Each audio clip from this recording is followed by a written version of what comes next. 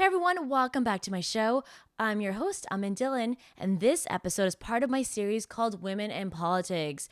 Here, I'm going to be sitting down with women from all different political parties, from all different levels of government, and finding out what it's really like being a female politician.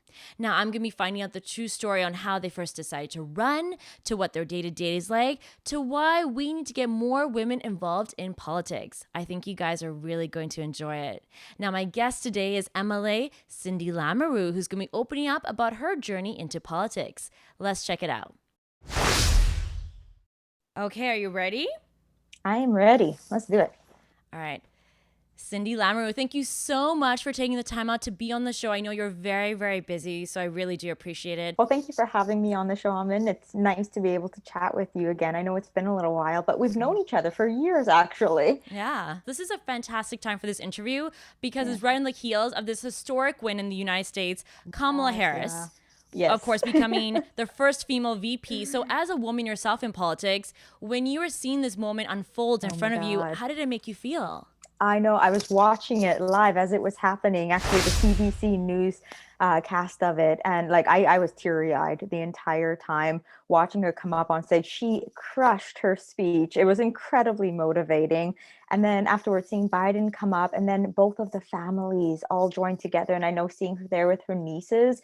And like, I don't know if you can imagine, I assume you watched, but there was part of it where afterwards they were all on stage. She's holding the hands of her two nieces and they're all wearing white. And like, oh my God, my heart just felt so overjoyed, just pouring out joy that this is happening here in, like, not in Canada, but it affects Canada.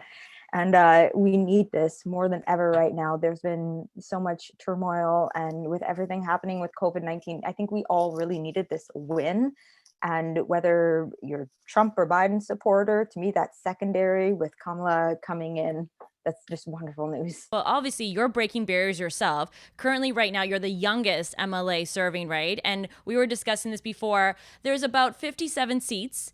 And out of those 57 seats, there's about, we're going to say 15 seats that are been filled by women. So for you to be the youngest currently right now and one of those 15 seats, that is quite impressive as well. So does that perhaps make it give you that extra boost to be like, you know what? I know sometimes it feels like I'm kind of going up a hill and not much is happening, but obviously there is a lot changing around the world. Yes, it's a huge motivating factor. And I know, so after that happened, I felt all like motivated to want to do more. And so I started reading this book. I intentionally brought it out so I could share it with Oh, everyone. great. It's called Off the Sidelines.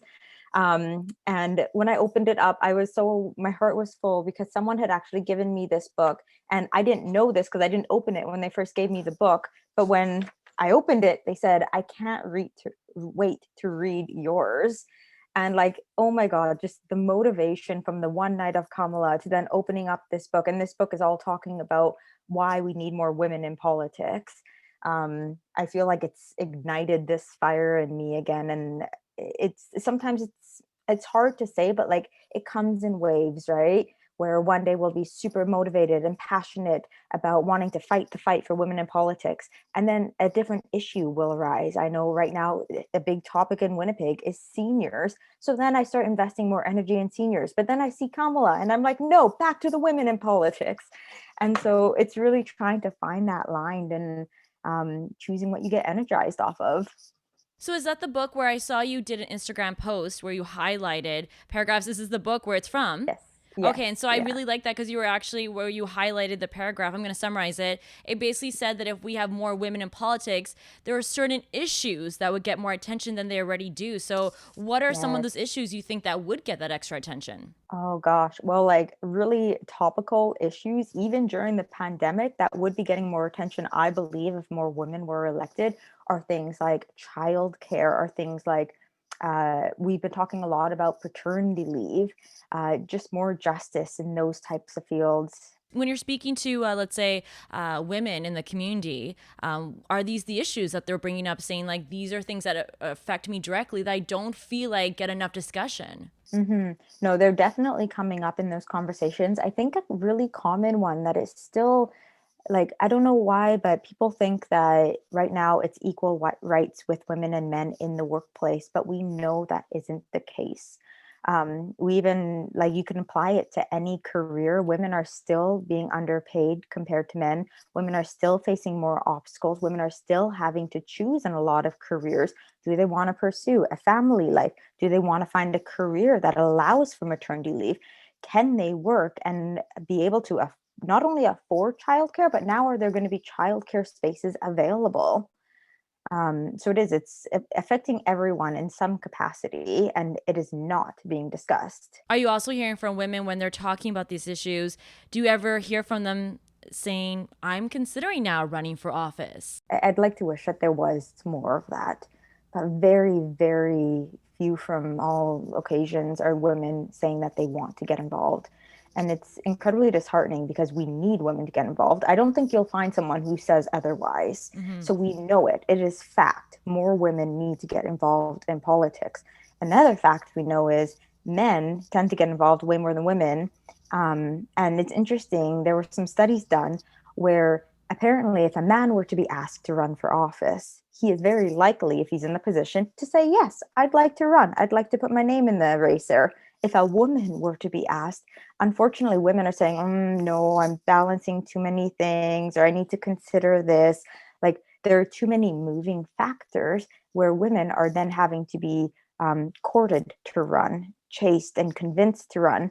And it's not fair that a man can just say, oh, yes, I'll throw my name in, but a woman has to be the one to keep the family life or consider all these other factors. The beauty of politics is, you don't have to be someone that's been in politics your whole life, that you come from a political family. We want people from all different backgrounds, from all different industries, from teachers to the business people to maybe homemakers that can bring their perspective. But unfortunately, I feel like for women, they feel like if they are not in that industry already, or perhaps have somebody that is close to them that can fully support them, I don't know why they seem to second guess themselves. So what do you think we can do to maybe change that? Well, what you're talking about right now is an incredible way that we can be doing it. Like, we really need to emphasize that we want people in politics who have lived experience. We don't want just a conveyor belt of robotic politicians. Mm-hmm. We want people who are teachers. We have an education department. Who better to be a minister of education than someone who has served in the field? Just as an Exactly. example. So really opening up people's minds and perspectives to, you don't have to have had a long resume in politics to want to get involved. We want people from all different types of field. It's going to help, in my case, Manitoba, but overall, like Canada and the world, function better if we have people who have lived experience in these fields now representing areas throughout the province, throughout the country, and departments. Why do you think it is, though, that they're not coming forward to run? I don't think it's one answer. Everything from, yes, we know that women make less money than men. We know that oftentimes women are put in the positions where they're paying for more childcare than men. We know that women can't always afford to bring their children to work. I know the House of Commons have really opened things up for women, but for example, if I were to have a baby right now, there's no childcare at the legislature, and politicians don't get maternity leave. So there are issues that are still in place just around pregnancy in itself and having a child. Well, it's not a very friendly atmosphere when you observe it from the outside. If you watch Question Period, it's a lot of heckling, it's a lot of bashing. Who wants to be part of that?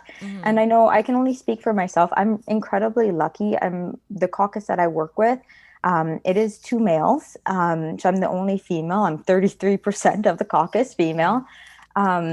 But with that said, they have been incredibly welcoming, and they have slowed things down to take the time to hear my perspective. And I do consider myself very lucky with that. And overall, I think all of my colleagues currently in the Manitoba legislature, they're trying their best to open up ways for women to have more of a say, but it's not enough. And I think that the only thing that's going to do that is to get more women in the chambers. Of course. Do Yeah. you feel, especially when you are campaigning or currently, when people are coming to you, do you feel that you're treated differently because of your gender or because of your age or even because of your last name? Again, I think I'm treated differently for all of those reasons, but sometimes it works in my favor. Sometimes it works as a disadvantage. I think, for example, the age and gender, they tend to go hand in hand sometimes for people. I've had everything from, oh, you're so young, or maybe we'll vote for you when you're a little bit older. Are you even old enough to vote? I've received that comment. That was more my first election.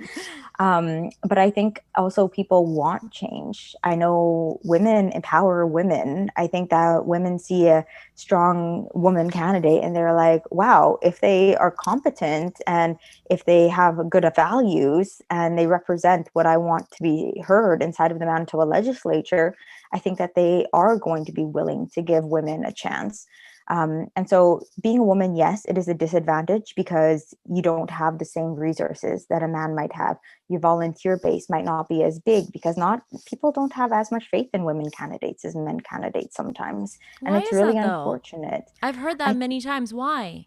I think it's the trend and I hate that, but I think it's more like we know historically speaking, men tend to win over women. And so people want to be part of winning campaigns. So they see a man candidate and they see a woman candidate. Whose campaign are you going to be part of if you want to be part of the winning campaign and you're thinking historically who's going to win? And so we're starting to see those shifts though. And it is a slow process, which is why too it can be really disheartening sometimes, but I do think it's happening. Mhm. Do you feel like you've ever been passed over or perhaps not given your due credit because you're a woman? I think so. An example that comes to mind right now is this was before COVID time, so maybe back like last December, January. But I was at an event and I was introduced with about 5 or 6 other MLAs. I happened to be the only woman introduced though. And the way in which we were all standing is like we all were standing in front of people and everyone outreached their hand to shake each other's hand. And so everyone got introduced, myself included. And then everyone who was in the lineup shook all of the men's hands, but completely bypassed mine. And I felt like I was literally in between them. I had my hand out and it kind of hurt. And so now do you determine that though? I'm hesitant to say that's because I'm a woman. I think there's a very, very good chance it was because I'm a woman. I think it could be because I'm smaller in stature. I think it could be because I'm younger. I don't want to blame that on being a woman, but I do think that that could have been a factor. That's one example. I also know that it can be used against, like, women can use it against women. I know, I think back to my very first election, I ran against a woman. And one of the comments she had made during a public debate was something along the lines of, I don't have to listen to this little girl. And I was 24 at the time. Sure, I was younger, but we have a society saying we need young people to get involved in politics. So people have to provide us that opportunity. Exactly. That's why I was wondering because we really don't see a lot of young people in politics. But then when I was thinking of young females, especially say under the age of 30, it's really difficult for me to actually think of people that come to my mind. Well, what about you, Amin? Why don't you run? Well, perhaps I There you will. go. I can't talk to you without talking about the fact that you're a little bit unique because you come from a political family. So obviously, I your do. father, Kevin, a lovely man, is currently an MP. And then I was reading that your uncle, Darren, previously was the leader of the Saskatchewan Liberal Party. So you, I feel like, have a little bit of a different, perhaps, upbringing. So can you share that with us? What was it like growing up in a, I'm going to call it a political family? We had a lot of debates and no, I loved growing up in the family in which I did. I do remember having very controversial discussions with my parents growing up, and it was always encouraged, and it was always encouraged to do in a respectful way, which I think has really followed me into my future because I want to create an atmosphere where people have the right to say what they want. People have the right to be heard, but we can do that. And I truly believe that we can do that in respectful ways. And so I know growing up, like my dad has been bringing me to events with him since I was about 10 years old, and I just loved it. Right. And I remember when I was maybe 10, 13, or 10, 11, those ages, thinking, I want to be a politician when I grew up. And I remember being asked, well, what does a politician do, Cindy? And I'm like, well, I don't know, but I see my dad doing it and he loves it. And I want to do that. I want to have a career that I love. And so I always joke that I wanted to be a politician before I actually knew what a politician was.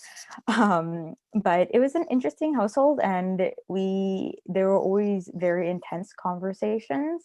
It wasn't just, oh, how was school? It was, oh, did your teachers talk to you this week about residential schools?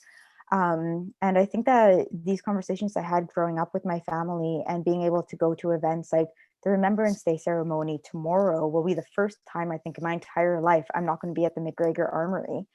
But I think these sort of events, these sort of conversations, watching Question Period, I used to base my spares in high school around Question Period so I could go home and watch it.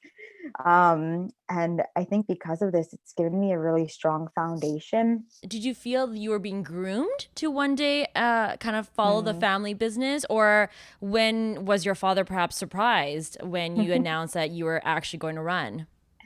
I've never felt I was being groomed for it. I'm sure like it was happening because you can't, I don't know if groom is the right word, but you do something enough, you start to get a feel for it. And I was going to events with my dad since I was 10 years old, probably younger. But my parents have always been incredibly supportive if I wanted to pursue whatever I did. I know I did a year of Bible college right out of high school. And I remember my mom jokingly saying, well, if you're a pastor or a politician, we're going to support you and things like that. But they've never put pressure on me to pursue politics. And I consider myself very lucky with that. I know my brother, he is far from politics. Like he will go out and he will vote, but he doesn't want anything else to do with politics. And I can't blame him at all. I think politics was really, it was my decision. And I remember reevaluating that a lot growing up, thinking that I want to make this a decision of my own. I don't want to do it just because it's expected of me. And I think it wasn't news to my parents by any means when I decided to put my name in the race. I know I thought about doing it when I was 18 years old and then thinking, okay, you know what? I'm going to go get my education first. And then when I came back from getting my education, I did a year of Bible college and then I did a double major in political science and religion and culture. I made the decision to, I had nothing to lose. I love my constituency. I'm familiar with it. I'm going to give it a shot. And so I ran and I had this amazing campaign team. We door knocked the entire constituency 3 times. We got great exercise that year and we won. So you finished school. At any point were you actually entering any other job, or did you have any other jobs? Yeah, yeah. So I had a lot of political jobs. I used to work for the Senate of Canada. I worked for a former MP. But the main job that I had was the Long-Term Care Association of Manitoba. So they go by LitCam, and it was essentially helping in the placement of senior citizens. So we would sometimes receive calls from children saying, hey, look, I think that I need to be having the conversation about potentially putting one or my parents in a home. And so I'd explain differences between personal care homes, retirement homes, supportive housing homes, which has all been a great experience because I use that now as the critic for seniors inside of the house. And I'm now also I'm in graduate studies, getting my master's in marriage and family therapy. I've spaced it out over the How course are of you finding six the years. time? It's my balance. Wow. But I'm currently in my fourth of 6 years doing that as well because I Mhm. think I'm a big believer that education is important, and I could see myself pursuing that for a long time yet. You're campaigning, then you win. And then I feel like for any job, there's always like you have an image of what that job's gonna be like. And then you actually get into that position and you go, okay, there's some things that maybe I didn't see coming. So tell me about that first year. I think a lot of women would be interested in this. What were some of your observations? What were some things that you totally expected and it happened? And what were some things that you were like, oh, I had no idea this would happen? Well, I think one thing that I had expected, and I'm almost a little bit embarrassed that I didn't know this prior to getting elected, but I thought in being one of the 57 MLAs that were going to represent the province, that I would be getting at least 157th of the time, whether that was in the chambers, whether that was in committee, and things like that, because I have just as every right as every other MLA to represent my constituents. The constituents of Tyndall Park have every right to be heard just as much as the other 57 constituencies. But it doesn't work that way. And so little things like I didn't know that if I don't stand up when it's my turn to ask a question period, I just completely get overlooked. And now that goes for all MLAs. Little things like, because we don't have party status, you have to fight for time, basically, with opposition parties saying, will you please give us this amount of time in committee, and you negotiate back and forth. And I think that's messed up. Like, I think that our system needs to be rejigged, because we should be able to represent our constituents for the same amount of time, have the exact same resources that every other MLA does. So that was a bit of a letdown for me.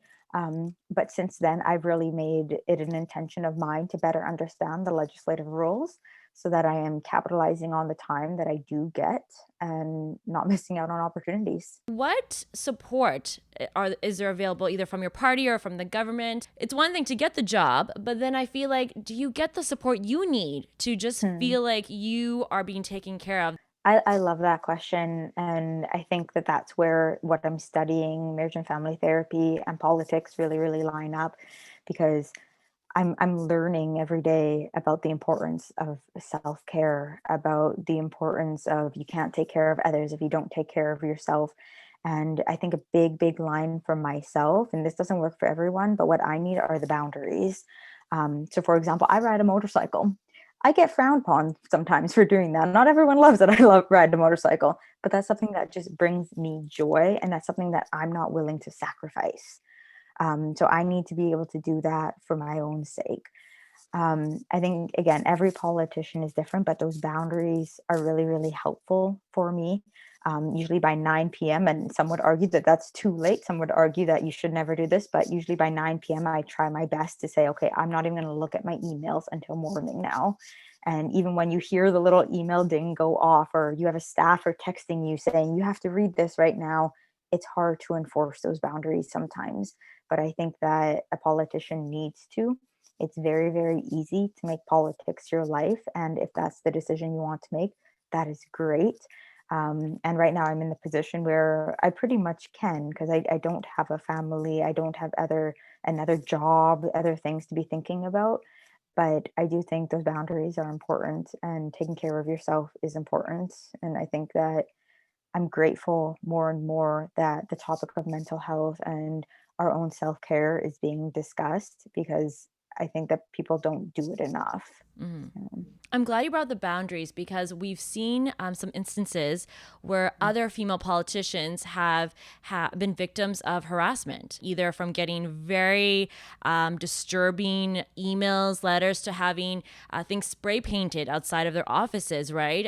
There's even been some instances of safety concerns where some female politicians have had to hire their own security, because they just, if there's especially a big issue at play, and if that's part of their portfolio, there are people that are willing to go and try to confront them in person. So that's the thing about political life. And I think when it comes to women, especially if they have families, especially if they have young ones, how do you divide that private and public life, right? And sometimes there's no division. So can you speak on that? I don't think that there is a straight answer. I think that you could make the argument on both sides. You want a politician who is transparent, and a politician might want to be completely transparent with their family.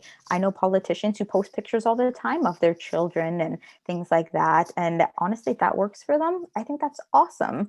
And then I, other politicians who try their best to keep it completely separate. Their social medias are strictly work focused. They don't even have personal accounts, and that's fine too. So I don't think that there's a right or wrong with that. I think it's really feeling the ground, feeling what works for you. And it is depending on your support system.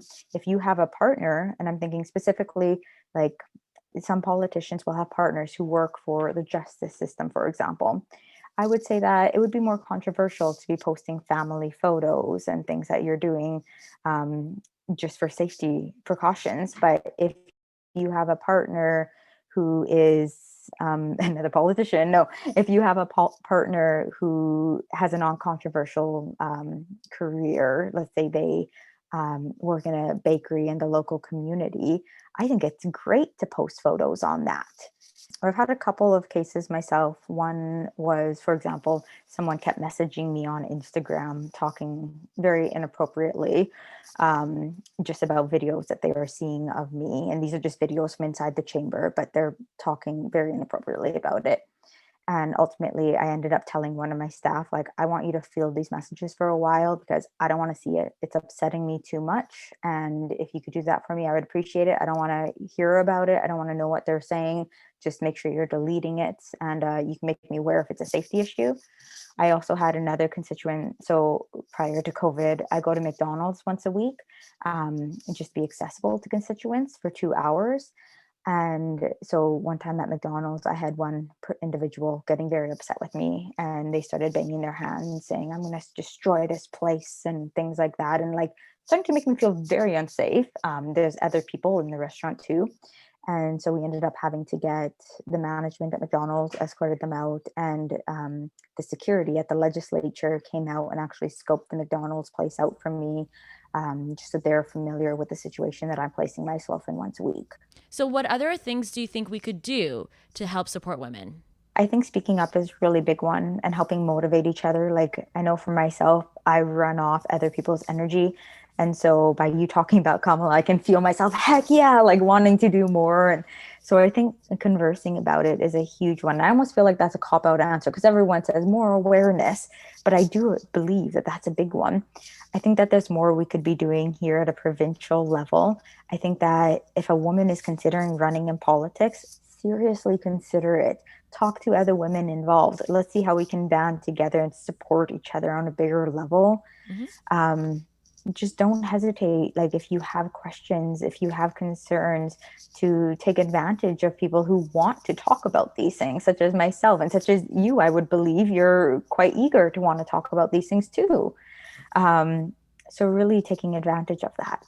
Yeah. Well, I think we live in one of the greatest countries in the world. And I think we live at a time where I feel like we see so much representation. And I hope, especially the young generation of women, I hope they don't feel like there's any job where they're not welcome, right? So it's like, honestly, it's on you. If you have a dream or a goal, don't feel like because of your gender or because of your race or whatever it is that you cannot pursue that. So I hope people are feeling that excitement with Kamala, with women like yourself. There's so many other amazing women, female leaders even of different nations that we should celebrate them and go, let's use them as an example. Let's encourage other women to get involved. So I want to finish off this interview with some advice. What would you say to a woman that came up to you and said, Cindy, I want to make a difference. I want to run. What advice do you have for me? I think I'd want to, first of all, like designate some time with this person. So is this going to be a 5-minute conversation or an hour conversation?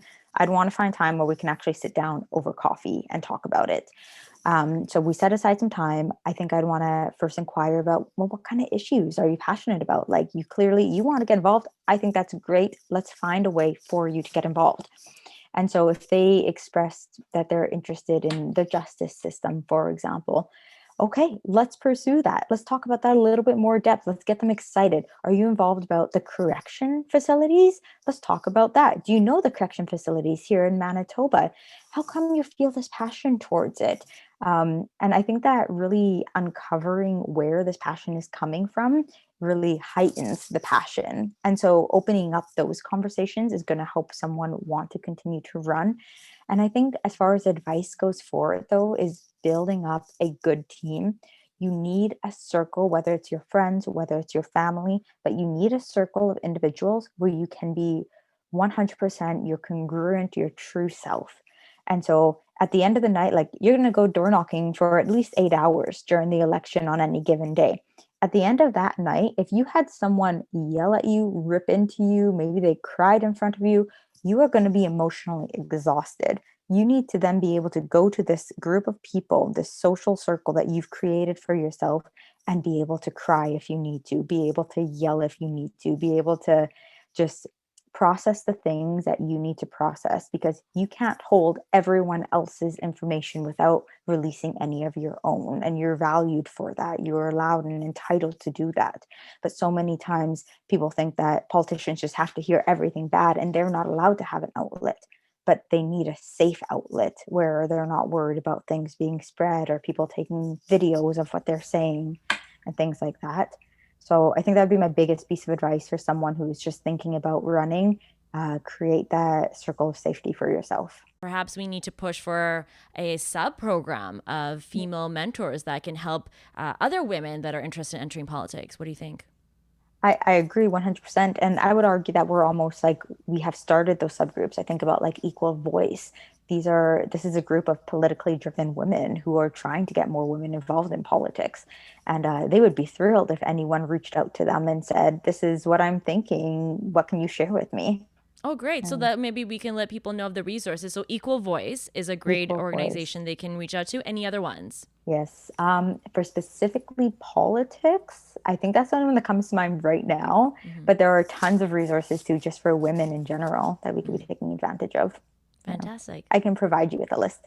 Okay, that'd be great. And I hope if someone's watching this and has questions, they can reach out to you. Best way, is it social media? Is through email? Which way? Best way, if you want to get me direct, is my email, and that's cindy@gocindy.ca. I do Instagram and Facebook, but from the example prior, I usually have my staff go through them first, filter it out. But I'm very accessible, and I'd love to talk to anyone who's considering pursuing politics. Of course. And I can't let you go without asking you a very tough question for you. Hope you're ready for this. I'm ready. So, for someone who's watching this that has never been to Winnipeg, or maybe has never heard of Winnipeg, what's the best thing about being from Winnipeg? Oh my God. You get to experience every season of all extremes. That would be a big one. And Manitoba is very much so underrated for our beautiful scenery. We have incredible parks out here in Manitoba, and they're all relatively close by. And so go for a drive, go for a hike. Beautiful bedrock. There we go. And of course, I like to thank the people. I think that's the heart of Manitoba, the people. Friendly Manitoba. That's what we're known for. It's on all of our license plates. If it's on the license plate, you know it's true. Absolutely. Thank you so much, Cindy. This has been awesome. Thank you so much. Yeah, for sure. I hope to hear from you soon. I hope you all enjoyed that exclusive interview with Cindy Lamoureux. Now, if you like this interview and want to see more content like this, please do subscribe to my channel.